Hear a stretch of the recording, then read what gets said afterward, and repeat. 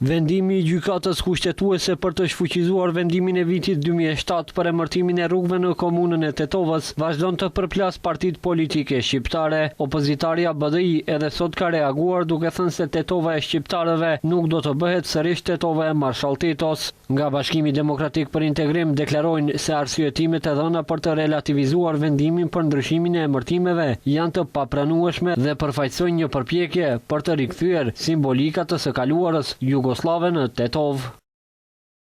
Dikush mund të ketë nostalgji për Josip Broz Titon dhe kjo është çështje bindjesh personale, por nostalgjitë e tilla nuk mund të imponohen në hapësirën publike përmes rikthimit të emërtimeve që qytetarët i kanë lënë pas prej vitesh. Shqiptarët kanë të drejtë të dinë kush heshti, kush u pajtua dhe kush kontriboi që të vihet në shënjestër identiteti i Tetovës.